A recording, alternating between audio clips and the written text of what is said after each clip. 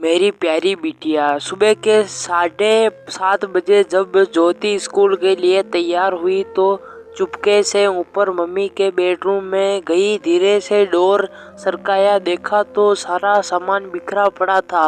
नीचे drawing room में आई, पापा सोफे पर बेधूत से सो रहे थे।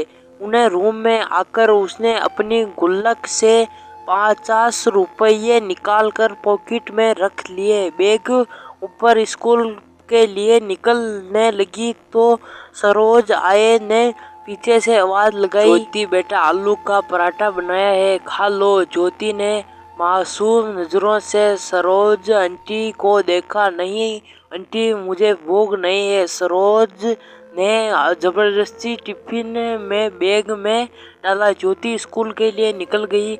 सरोज सोचने लगी, बेचारी छोटी सी बच्ची, साहब और मैम साहब के रोज लड़ाई झगड़े से इस तरह साल की उम्र में कितनी बड़ी हो गई है।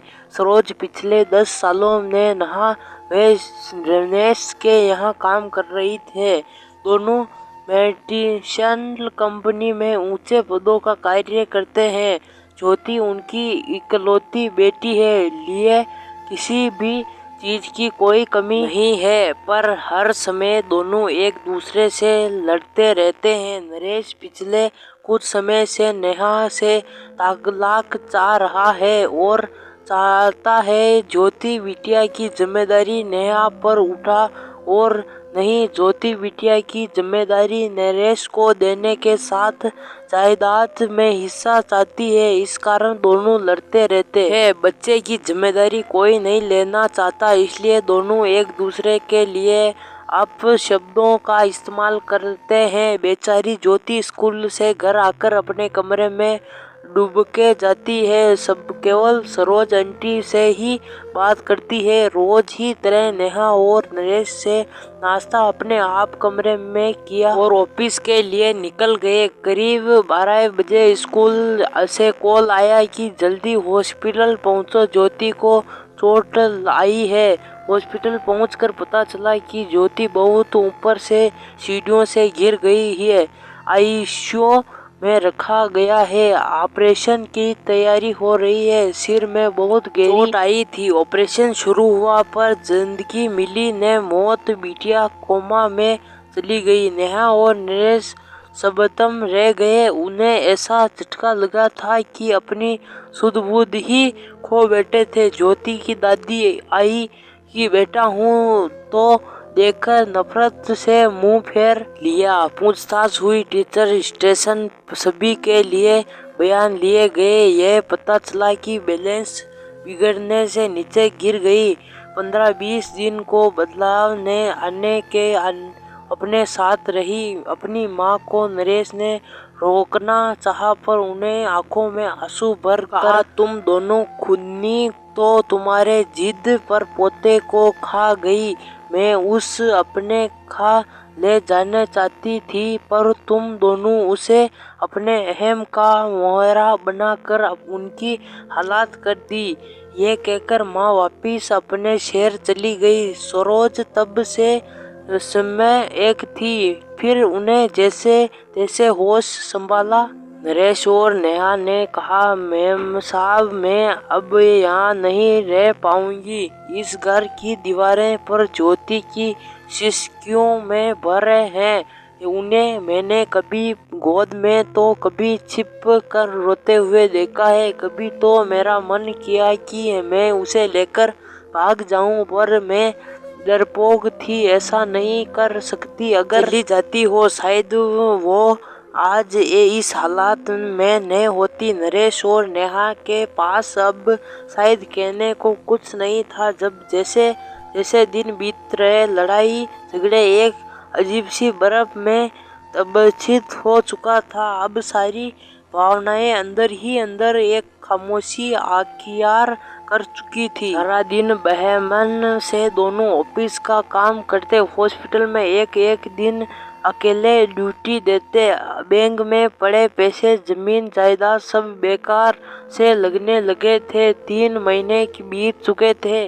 सेठ का दिन था। बड़ी मुश्किल से नेहा ने ज्योति के रूम में जाने की हिम्मत जुटाई थी। वैसे भी महीनों उसके कमरे में कदम नहीं रखते थे। कैसे माँ बाप थे वो दोनों। उसका रूम अकेला, बेड, ताकिया, उसकी किताबें, उसकी पेंसिल, पेन, स्कूल बैग वैसे सब ही रखा था। अलमारी खोली तो उसे कपड़े नीचे गिरे पड़े। उसका हुक्का ब्लू नाइट सूट जैसे वह अक्सर पहना करती थी। नहीं रोते हुए अलमारी से सामान निकालने लगी, तभी उसे हाथ एक ब्लू कलर की डायरी लगी। उससे कांपे हाथों से उसे खोला। आगे उसे कुछ पेज फटे हुए थे, पेज दर पेज टूटे, दिल का दस्ता छोटे छोटे टुकड़ों में दर्ज थी। मम्मी पापा, मैं अकेला डायरी नहीं लिखूंगी क्योंकि डियर का मॉर्निंग प्यारा होता है। पापा अपने मम्मी को कहते हो तुम्हारी बेटी, और अपने पापा को कहते हो तुम्हारी बेटी। आप दोनों ये क्यों नहीं करते हो?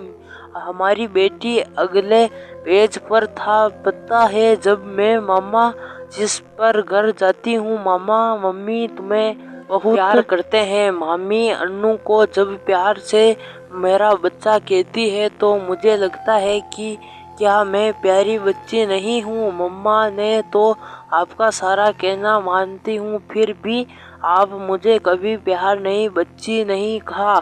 अगले पेज पर था, मम्मी जब मैं बुला के घर जाती हूँ तो बुआ मुझे प्यार बहुत करती है, पर खाना नष्ट ही पसंद का बनाती है। मम्मा मुझे भी राजमा बहुत पसंद है। मैंने कहा था कि आप बनाओ, पर आपने कहा मुझे मत तंग किया करो, जो खाना है सरोज आंटी को बोलो करो। पता है मम्मा, आज मेरे आजमा खाना वो छोड़ कर दिया, अब मैंने नहीं करता। पर था दादी, आई लव यू, आप मुझे यहाँ से ले जाओ, आई प्रॉमिस कभी तंग नहीं करूँगी। नेहा डायरी को सीने से लगाकर जोर जोर से रो पड़ी। नरेश भी उनके रो की आवाज सुनकर आ गया था। नेहा ने डायरी उस पलटा दी। पेज दर्ज पर पलटाते हुए उससे चेहरे के भाव बताते जा रहे थे। वह खुद को संभाल नहीं पाया, जमीन पर बैठते गया। नेहा रोते